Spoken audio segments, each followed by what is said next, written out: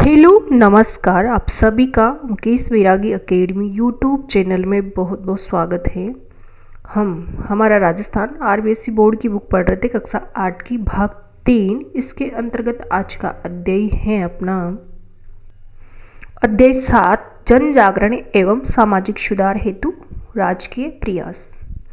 जन जागरण एवं सामाजिक सुधार हेतु राजकीय प्रयास, ये टॉपिक कक्षा 8 के स्टूडेंट्स के लिए एवं सभी राजस्थान के सभी प्रतियोगी परीक्षाओं के लिए उपयोगी है। तो पढ़ते हैं। हमारा देश एक लोकतांत्रिक देश है। हमारा देश कैसा है? एक लोकतांत्रिक देश है। लोकतंत्र में सरकार अपने नागरिकों के लिए प्रत्येक स्तर पर लोक कल्याणकारी पहल करती है। हमारा संविधान सामाजिक, आर्थिक एवं राजनीतिक स्तर पर लोकतांत्रिक मूल्यों की स्थापना पर जोर देता है। हमारी सरकार ने सामाजिक समरसता, राजनीति एवं आर्थिक समानता हेतु कई जन कल्याणकारी कानून बनाए, जिसका अध्ययन हम इस अध्याय में करेंगे। भूदान आंदोलन एवं भूमि सुधार। सबसे पहले इसमें भूदान आंदोलन एवं भूमि सुधार। प्राचीन काल से चली आ रही जमींदारी प्रथा के कारण भूमि स्वामित्व की विषमता एक विकराल समस्या के रूप में उभर कर आई। आज़ादी के बाद सरकार ने कानून बनाकर जमींदारी प्रथा को समाप्त कर दिया था, लेकिन कानूनों की आड़ में ही जमींदारों ने किसानों के पास उपजाऊ जमीन का हक होने से रोक दिया। जमीनी स्वामित्व की विषमताओं के कारण देश में कई जगह हिंसा की घटनाएं होने लगी। उसी समय विनोबा भावे ने 18 अप्रैल 1951 को तेलंगाना के एक छोटे से गांव पोचमपल्ली में एक ज़मीन का टुकड़ा दान में देकर भूदान आंदोलन की शुरुआत की। तो भूदान आंदोलन की शुरुआत कब की? 1951 को तेलंगाना के एक छोटे से गांव पोचमपल्ली में एक ज़मीन का टुकड़ा दान में देकर के भूदान आंदोलन की शुरुआत हुई। इस आंदोलन का मुख्य उद्देश्य जमीनी स्वामित्व की विषमता को दूर करना था। विनोबा भावे ने भूस्वामियों से उनकी कुल जमीन का 1/6 हिस्सा दान में देने की अपील की। पूरे देश में इस आंदोलन को जनता का समर्थन मिला। भूदान में प्राप्त जमीनी का लगभग 1/3 भाग उपयोग समाज के वंचित वर्ग एवं आदिवासी भूमिहीनों में बांटने में किया गया। विनोबा भावे की अपील पर राजस्थान के नागौर जिले विनोबा भावे की अपील पर राजस्थान के कौन से जिले? नागौर जिले में भूदान आंदोलन प्रारंभ हुआ। तो भूदान आंदोलन राजस्थान के कौन से जिले से प्रारंभ हुआ? नागौर जिले में।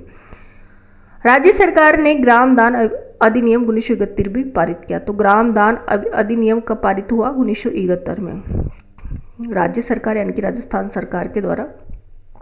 और भूदान आंदोलन की शुरुआत किसके द्वारा की गई थी? तो विनोबा भावे के द्वारा, और उनके कहने पर ही राजस्थान की नागौर जिले से भूदान आंदोलन प्रारंभ हुआ था। और ग्राम दान अधिनियम 1971 में पारित किया गया था। आज़ादी के समय राजस्थान की 75% जनसंख्या कृषि पर निर्भर थी। आज़ादी के समय कितनी प्रतिशत जनसंख्या? तो 75% जनसंख्या कृषि पर निर्भर थी। राज्य का आधे से ज्यादा भाग रेगिस्तानी एवं सूखा था। वर्तमान में विभिन्न नई औद्योगिक एवं आर्थिक शक्तियों के उदय एवं विकास के कारण राज्य की भूमि एवं कृषि पर निर्भरता कम हुई है। फिर भी कृषि, भूमि एवं किसान राज्य की प्राथमिकता सर्वोपरि है। राज्य सरकार ने भूमि विवादों में फंसी जनता को सस्ता, शीघ्र एवं सुलभ न्याय दिलाने के लिए राजस्व मंडल की स्थापना की। राज्य सरकार ने राजस्थान काश्तकारी अधिनियम 1955 एवं राजस्थान भू राजस्व अधिनियम 1956 लागू किया। तो काश्तकारी अधिनियम कब बनाया गया राजस्थान सरकार के द्वारा? 1955 में। और राजस्थान भू राजस्व अधिनियम 1956, राजस्थान भू राजस्व अधिनियम कब बनाया गया? तो 1956 में लागू किया गया। राज्य सरकार भूमि की गुणवत्ता सुधारने एवं पैदावार बढ़ाने के लिए सिंचाई सुविधाओं, नवीन कृषि तकनीकों आदि सुविधाओं के विस्तार हेतु लगातार प्रयासरत है। अगला है अस्पृश्यता उन्मूलन।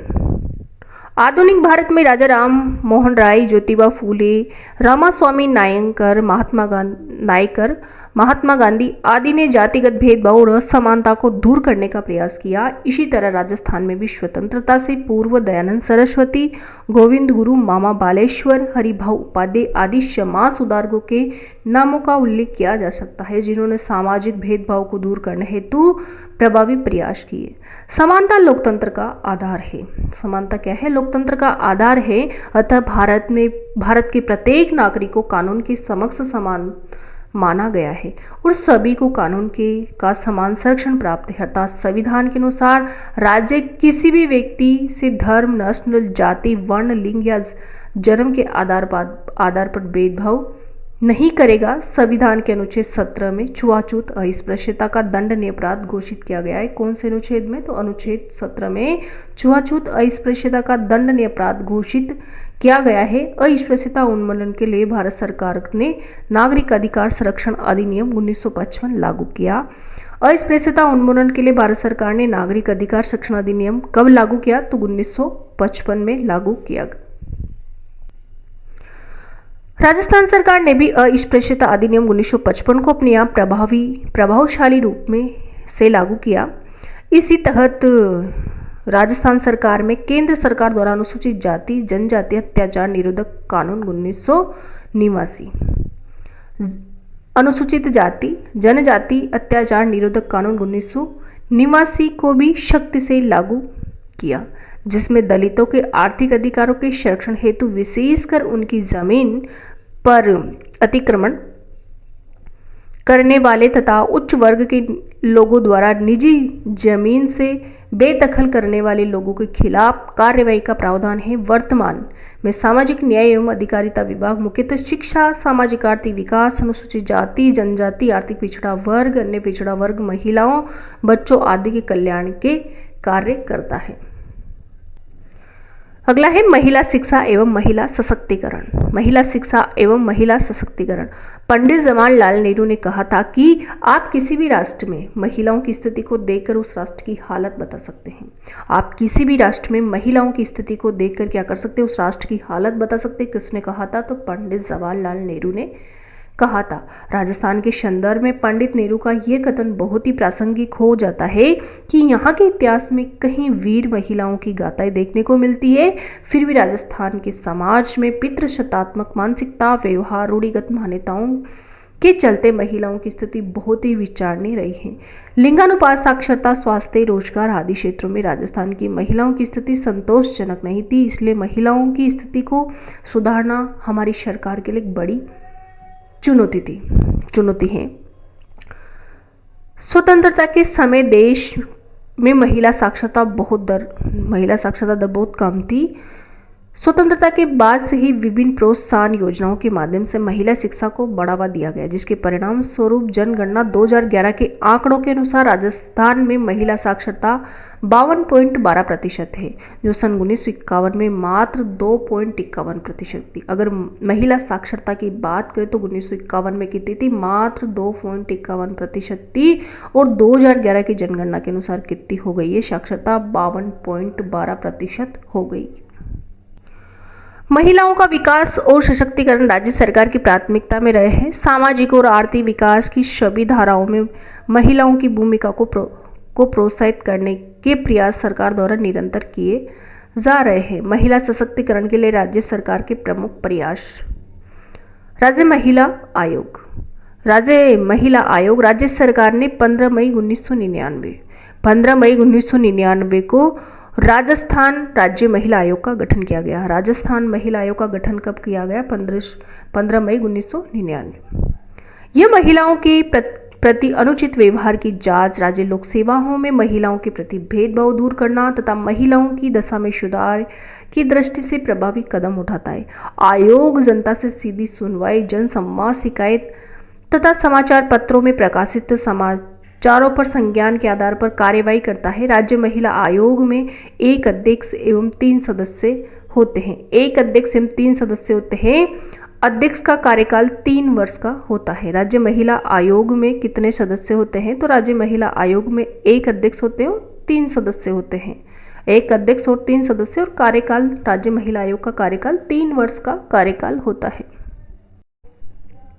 आगे है महिला स्वयं सहायता समूह कार्यक्रम। महिला स्वयं सहायता समूह कार्यक्रम महिलाओं को रोजगार देने एवं आर्थिक रूप से आत्मनिर्भर बनाने के लिए कार्यक्रम चलाया जा रहा है।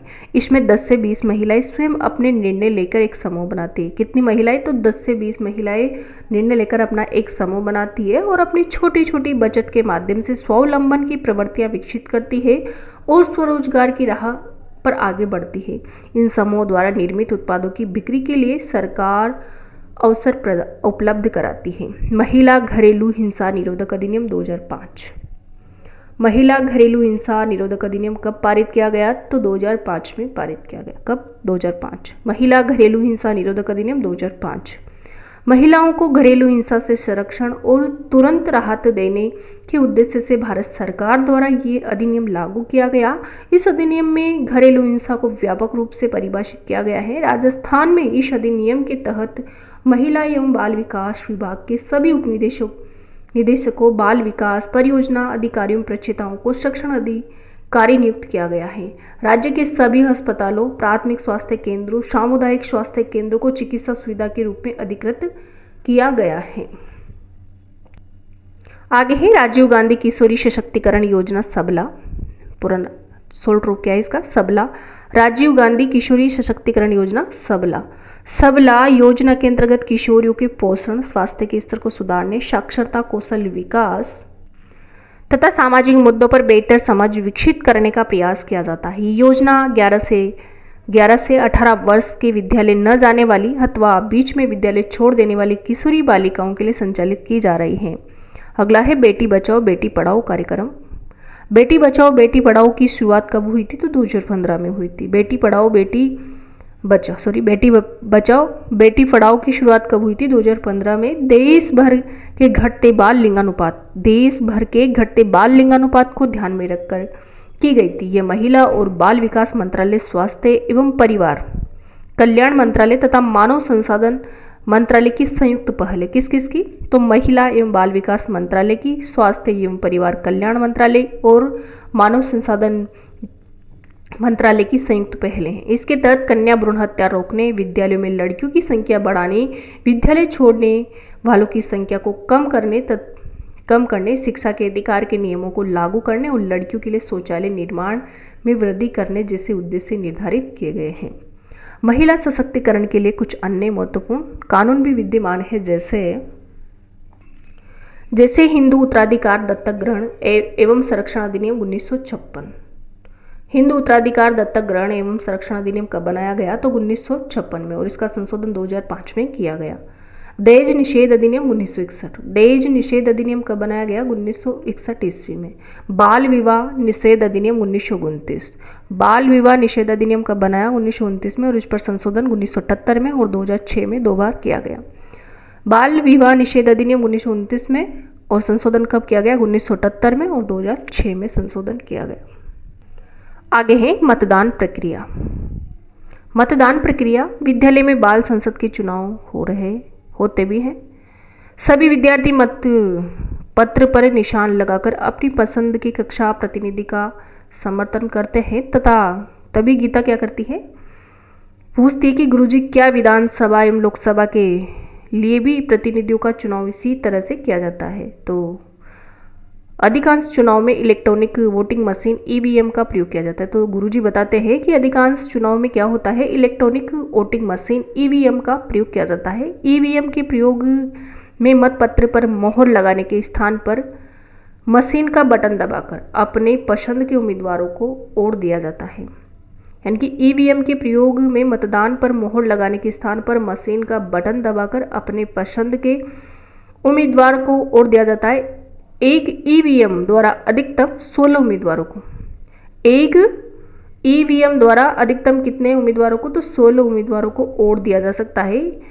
इनमें से अंतिम बटन नोटा विकल्प का होता है। इस प्रक्रिया में मतदान केंद्रों का निर्धारण, मतदाता सूची का प्रकाशन, उम्मीदवारों की सूची, ईवीएम को चुनाव हेतु तैयार करना आदि कार्य शामिल है।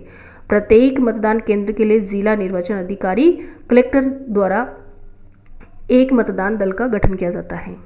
प्रत्येक मतदान केंद्र के लिए जिला निर्वाचन अधिकारी कलेक्टर, जिला निर्वाचन अधिकारी कौन होता है? कलेक्टर होता है। तो कलेक्टर के द्वारा एक मतदान दल का गठन किया जाता है। नोटा, नोटा क्या होता है? चुनाव में खड़े उम्मीदवारों में से किसी भी उम्मीदवार को अगर मतदान उपयुक्त नहीं मानता है तो वह अंतिम नोटा यानी कि none of the above button दबाकर अपना मत सुनिश्चित कर सकता है। अगर वह किसी भी उम्मीदवार को अगर मतदाता क्या नहीं मानता, उपयुक्त नहीं मानता, तो फिर नोटा का बटन दबा सकता है। मतदान दल में एक पीठासीन अधिकारी एवं अन्य मतदान अधिकारी होते हैं। एक तो पीठासीन अधिकारी होता है और अन्य मतदान अधिकारी होते हैं। मतदान केंद्र में प्रवेश करते ही मतदाता के नाम का मतदाता सूची से मिलान किया जाता है। उसके बाद मतदाता के बाएं हाथ की तर्जनी अंगुली पर अमिट स्याही लगाई जाती है। बाएं हाथ की तर्जनी अंगुली पर अमिट स्याही लगाई जाती है मतदाता रजिस्टर में। उसके हस्ताक्षर करने के बाद मतदाता ईवीएम मशीन पर वोट डालने के लिए मतदाता केबिन में प्रवेश करता है। वहां वह ईवीएम का बटन दबाकर गुप्त रूप से अपना वोट डालता है। इस प्रकार मतदान प्रक्रिया पूर्ण होती है। आजकल ईवीएम के साथ वीवीपीए टीका भी उपयोग किया जाता है। सभी संबंधित रिटर्निंग अधिकारी अपने सम्मुख उम्मीदवार या उसके प्रतिनिधि की उपस्थिति में ईवीएम के मतों की गणना करवाता है तथा परिणाम की घोषणा करता है। वीवीपीएटी का पूरा नाम voter verifiable paper audit trial है। एक प्रिंटर युक्ति है। इसको ईवीएम के बैलेट यूनिट एवं कंट्रोल यूनिट से जोड़ा जाता है। मतदान होते ही प्रिंटर द्वारा एक बैलेट पर्ची प्रिंट होती है जिस पर उम्मीदवार का क्रमांक, नाम एवं चुनाव चिन्ह अंकित होता है। ये पर्ची 7 सेकंड तक एक पारदर्शी बॉक्स में मतदाता को दिखाई देती है। उसके बाद पर्ची प्रिंटर के ड्रॉप बॉक्स में चली जाती है। बीप की आवाज़ सुनाई देती है। इस प्रकार मतदाता की प्रक्रिया पूर्ण होती है। इससे मतदाता ये जान सकता है कि उसने जिस उम्मीदवार को वोट दिया है उसे ही वोट मिला है या नहीं। इसके उपयोग से निर्वाचन प्रक्रिया में निष्पक्षता एवं विश्वसनीयता बढ़ी है। मतगणना के विवाद की स्थिति में इन पर्चियों की सहायता ली जा सकती है। आगे है सुव्यवस्थित मतदाता शिक्षा और निर्वाचक सहभागिता स्वीप। सुव्यवस्थित मतदाता शिक्षा और निर्वाचक सहभागिता, इसका शॉर्ट नेम है स्वीप। मतदाताओं, नागरिकों और निर्वाचकों को निर्वाचन प्रक्रिया के बारे में प्रशिक्षित करने एवं उनकी सहभागिता बढ़ाने हेतु निर्वाचन विभाग द्वारा बहुमुखी कार्यक्रम को सुव्यवस्थित मतदाता शिक्षा और निर्वाचक सहभागिता कहते हैं। इस कार्यक्रम के 2 मुख्य उद्देश्य हैं। एक तो सूचित मतदान, निष्पक्ष एवं नीतिपरक मतदान। सूचित मतदान, निष्पक्ष एवं नीतिपरक मतदान कराना इसका प्रमुख उद्देश्य है। और सुनिश्चित मतदान, जागरूकता के साथ मतदान कराना। आगे है सूचना का अधिकार। कभी कभी समाज के विभिन्न वर्गों एवं सामाजिक संगठनों द्वारा किसी खास कानून को बनाने के लिए सरकार से मांग की जाती है। इन मांगों के प्रति सरकार संवेदनशील होते हुए कानून का निर्माण करती है। ऐसा ही एक उदाहरण हमारे राजस्थान में देखने को मिलता है। राजस्थान के राजसमंद जिले की भीम तहसील के देवडूंगरी गांव में मजदूरों एवं किसानों ने अपनी मजदूरी से संबंधित सरकारी रिकॉर्ड जैसे हाजिरी और भुगतान रजिस्टर की प्रतियां मांगने के लिए संघर्ष किया। इस मांग के आधार पर सन 2000 में राजस्थान सूचना का अधिकार कानून बनाने वाला पहला राज्य बना। राजस्थान सन 2000 में सूचना का अधिकार बनाने वाला देश का पहला राज्य बना। धीरे धीरे सूचना के अधिकार का संघर्ष आंदोलन का रूप लेते हुए राष्ट्रव्यापी हो गया। जनता की भावनाओं को स्वीकार करते हुए भारत सरकार ने सूचना का अधिकार अधिनियम 2005 भारत सरकार ने सूचना का अधिकार अधिनियम 2005 बनाया। ये कानून सरकारी स्तर पर जन भागीदारी एवं पारदर्शिता को बढ़ाने का शक्तिशाली कदम साबित हुआ। इस कानून के माध्यम से आम व्यक्ति, सरकार अथवा किसी भी सरकारी विभाग से सूचना प्राप्त कर सकता है। भारत का कोई भी नागरिक किसी भी सरकारी प्राधिकरण से सूचना प्राप्त करने हेतु अनुरोध कर सकता है। यह सूचना 30 दिनों के अंदर उपलब्ध कराए जाने की व्यवस्था की गई है। यदि मांगी गई सूचना जीवन या व्यक्तिगत स्वतंत्रता से संबंधित हो, ऐसी सूचना को 48 घंटे के अंदर उपलब्ध कराने का प्रावधान है। अगर सूचना कैसी हो, जीवन या व्यक्तिगत स्वतंत्रता से संबंधित हो, तो ऐसी सूचना को 48 घंटे के अंदर उपलब्ध कराने का प्रावधान है। आगे है साइबर सुरक्षा एवं साइबर अपराध। साइबर सुरक्षा एवं साइबर अपराध ये एक तरह की सुरक्षा है जो इंटरनेट से जुड़े हुए सिस्टम के लिए होती है। साइबर सुरक्षा किसके लिए होते हैं? इंटरनेट से जुड़े हुए सिस्टम के लिए होती है। इसमें हार्डवेयर, सॉफ्टवेयर और डाटा को साइबर अपराध से बचाने एवं सुरक्षित रखने का काम किया जाता है। बड़े बड़े कंप्यूटर विशेषज्ञ और आईटी के प्रशिक्षित लोग इस तरह के काम करने में सक्षम होते हैं। साइबर सुरक्षा हमलों के प्रकार। बदलती तकनीकी के कारण हमारी सुरक्षा हमारे लिए काफ़ी चुनौती भरा काम हो गया है। साइबर धमकियों, अपराधों से बचने के लिए हमें हमारी जानकारी को सुरक्षित रखना काफ़ी ज़रूरी है। रैनसमवेयर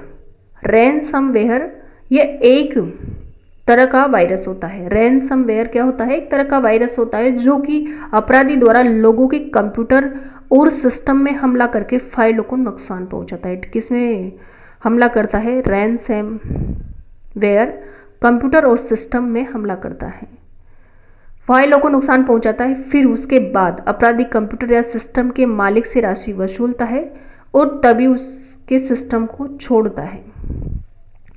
मालवेयर एक कंप्यूटर की किसी फाइल या फिर प्रोग्राम को नुकसान पहुंचाता है, जैसे कि कंप्यूटर वायरस, वार्म, ट्रोजन आदि। मालवेयर एक कंप्यूटर की किसी फाइल या प्रोग्राम को नुकसान पहुंचाता है, जैसे कि कंप्यूटर वायरस है, वॉर्म है, ट्रोजन है आदि। साइबर धोखाधड़ी के अंतर्गत इसमें वार्तालाप के माध्यम से चालाकी से लोगों को जाल में फंसाया जाता है ताकि उनके निजी डाटा, पासवर्ड आदि की जानकारी ली जा सके। फिशिंग एवं स्पूकिंग इसके उदाहरण हैं। यानी कि साइबर धोखाधड़ी के अंतर्गत वार्तालाप यानी कि बातचीत के माध्यम से चालाकी से उसके निजी डाटा और पासवर्ड आदि लिए जाते हैं और उनकी जानकारी ली जाती है, जैसे फिशिंग और स्पूकिंग आदि इसके उदाहरण हैं। किसके? साइबर धोखाधड़ी के। फिशिंग किसे कहते हैं? फिशिंग यह एक तरह का ठगी का तरीका है जिसमें लोगों को प्रतिष्ठित या विश्वस्त संस्थानों के नाम से फर्जी ईमेल भेजे जाते हैं। इस तरह के मेल का उद्देश्य जरूरी डाटा को चुराना होता है, जैसे क्रेडिट कार्ड या नेट बैंकिंग की जानकारी। तो अपनी जानकारी, अपना निजी डाटा, पासवर्ड किसी को भी न बताए। स्पूकिंग क्या होता है? स्पूकिंग इसमें ठगी करने वाला व्यक्ति किसी वैध व्यवसाय, पड़ोसी या विश्वस्त होने के बहाने किसी अन्य की पहचान या व्यक्तिगत जानकारी प्राप्त करने का प्रयास करता है। साइबर सुरक्षा के उपाय। साइबर सुरक्षा के लिए अपने पासवर्ड या एटीएम पिन को गोपनीय रखें एवं समय समय पर बदलते रहे। अपने कंप्यूटर एवं लैपटॉप में नवीनतम एंटीवायरस सॉफ्टवेयर का उपयोग करें। किसी को भी फोन या ईमेल पर व्यक्तिगत जानकारी न दें। एटीएम एवं बैंक खातों से संबंधित धोखाधड़ी की सूचना तत्काल संबंधित बैंक को दे। साइबर अपराध की स्थिति में नागरिक national cyber crime reporting portal पर ऑनलाइन शिकायत दर्ज करवा सकते हैं। टोल फ्री नंबर है 1930 1930 साइबर सुरक्षा की टोल फ्री नंबर है 1930 पर फोन करके शिकायत दर्ज करवा सकते हैं। वर्तमान समय में इस राज्य के विकास के लिए ऐसे कई प्रकार के राजकीय प्रयासों की पहल की जा रही है, जिसके फलस्वरूप महिलाओं की स्थिति में सुधार हो रहा है। महिला सशक्तिकरण के लिए अनेक कार्यक्रम चलाए जा रहे हैं। प्रत्येक नागरिक को ये एहसास दिलाने के लिए कि उनका मत देश के लिए महत्वपूर्ण है। स्वीप एवं मतदाता जागरूकता अभियान चलाया गया। समस्त वर्गों के कार्य के प्रति जवाबदेही हेतु सूचना का अधिकार तो बच्चों के लिए निःशुल्क एवं अनिवार्य शिक्षा का कानून बेहतरी के लिए बनाया गया। वहीं नवीन तकनीकी को अपनाने एवं अपने कार्य को सुगम बनाने के साथ छिपे चले आए साइबर अपराधों से बचने के लिए भी जागरूकता कार्यक्रम चलाए जा रहे हैं। इस प्रकार कहा जा सकता है कि जन जागरूकता एवं सामाजिक सुधार हेतु किए जाने वाले राज्य के प्रयास ही उस राज्य को प्रगति पथ पर आगे बढ़ाते हैं। राजस्थान संपर्क पोर्टल की बात करें तो राज्य सरकार ने सितंबर 2019 को जन सामान्य की शिकायतों को दर्ज कराने और समस्याओं का निराकरण करने का अभिनव प्रयास किया। प्रारंभ किया। इस पर कोई भी व्यक्ति कार्यालय में उपस्थित हुए बिना समस्याओं को ऑनलाइन दर्ज करवा सकता है। पंचायत समिति और जिला स्तर पर राजस्थान संपर्क केंद्रों पर निःशुल्क रूप से शिकायतों को दर्ज कराने की सुविधा उपलब्ध कराई गई है। Citizen call centre 181। Citizen call centre कितने हैं? 181 से शिकायत को दर्ज कराने एवं उसकी सूचना प्राप्त करने की निःशुल्क सुविधा प्रदान की गई है। तो ये था आज का अध्याय 7 कक्षा 8 की बुक से जन जागरण एवं सामाजिक सुधार हेतु राजकीय प्रयास। तो वीडियो देखने के लिए आपको बहुत बहुत धन्यवाद।